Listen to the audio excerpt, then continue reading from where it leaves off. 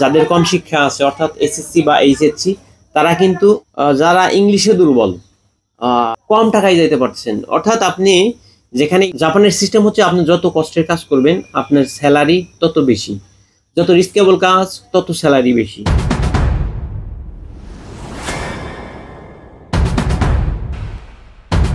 আসসালামু আলাইকুম, প্রবাসী কল্যাণ টিভিতে আপনি আরো একবার স্বাগতম। আজকে মূলত আমরা কথা বলবো যে জাপান কেন নয়, অর্থাৎ কেন জাপান নয়। আপনি যদি আলোচনা শুরু থেকে শেষ পর্যন্ত ধৈর্য ধরে শোনেন তাহলে অবশ্যই আপনি বুঝতে পারবেন যে কেন জাপান নয়। যেখানে ইউরোপ আমেরিকার তুলনায় অনেক বেশি স্যালারি জাপানে দেয়, সেই ক্ষেত্রে জাপানে কিন্তু আমাদের যাবার মানুষের আগ্রহ অনেক কম দেখা যায়। কারণ কি, জাপান সম্পর্কে তাদের সম্পূর্ণ ওয়েল নোন নাই, এই কারণে জাপান আগ্রহ মানুষের কম। তো আমরা মূলত 7 থেকে 8টা বিষয় নোট আউট করছি যে জাপান যাওয়ার যে সহজ মাধ্যমগুলা। প্রথমত হচ্ছে যে আমরা হচ্ছি গরিব দেশের লোক, আমাদের কর্মসংস্থানের প্রয়োজন, আমাদের ভালো স্যালারি ফ্যাসিলিটি প্রয়োজন। তো এই জন্য আমাদের দেশে সবাই তো আর ভালো স্টুডেন্ট না।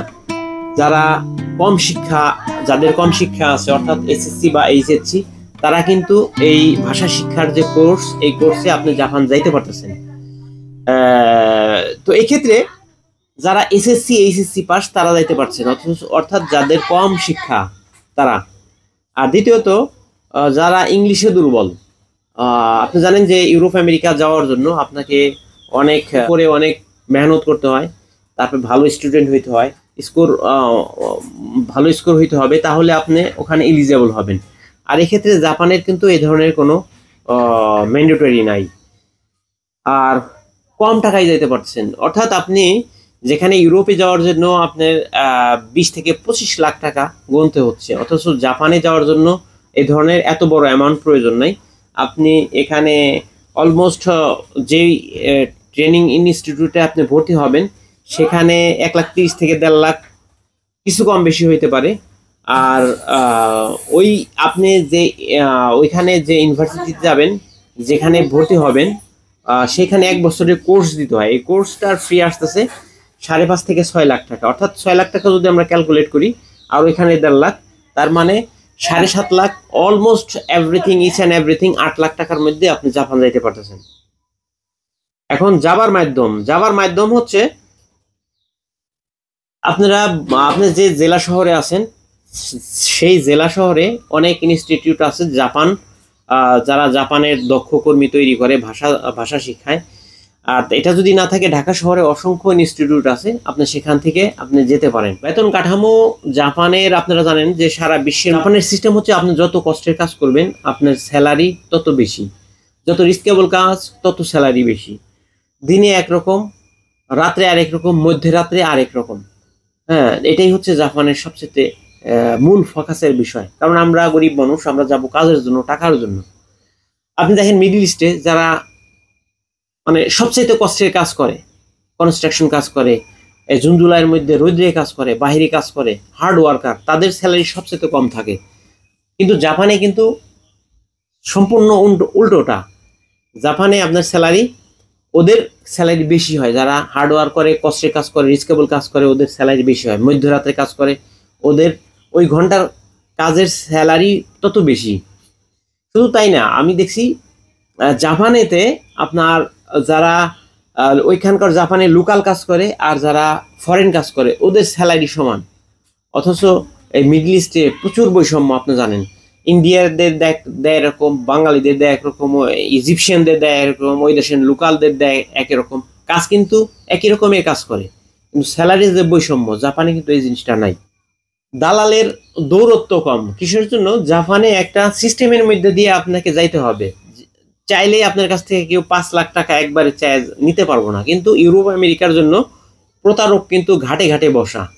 আপনাকে এখানে জাপান থেকে টাকা নিতে হলে বুঝ দিয়ে টাকা নিতে হবে। কারণ এখানে এটা ইনস্টিটিউট, আপনাকে ভাষা শেখাবে, আপনাকে প্র্যাকটিক্যালি অনেক কিছু দেবে। এখানে সিস্টেম আছে, ওই সিস্টেম করে আপনাকে রেডি করে তারপরে আপনার কাছ থেকে টাকা নিতে হবে। এই কারণে জাপান আর ইউরোপ আমেরিকার সিস্টেমটা সম্পূর্ণ আলাদা। এখানে দালালের দৌরত্ব অনেক কম জাপান যাওয়ার ব্যাপারে। হচ্ছে জাপানে আপনারা যারা যাবেন, জাপান জানেন যে ওরা কিন্তু কাজ ছাড়া কিচ্ছু বলবে না, ঠিক আছে? কাজ আপনার কাছ থেকে সম্পূর্ণ যতটুকু কাজ করবেন, কাজ ওইভাবে আপনার কাছ থেকে কাজ আদায় করে নেবে, টাকাটা আপনাকে ওইভাবে বুঝাইয়া দেবে। তো আপনাকে মেন্টালি রেডি করে যেতে হবে যে জাপান গেলে আপনাকে কাজ করতে হবে। ওখানে সাপ্তাহিক 2 দিন ছুটি, ওই ছুটির দিনেও যদি আপনি অনেকে আছে ওই সময়গুলো যদি কাজ করেন তাহলে আপনার অনেক বেশি টাকা আর্ন করা যায়। আর এখন স্যালারি ফ্যাসিলিটি হচ্ছে যারা পার্ট টাইমে যান তাদেরকে নির্ধারিত একটা ঘন্টার আওয়ার্সের কাজ দেওয়া থাকে, লাইক 45-40 আওয়ার্স এরকম।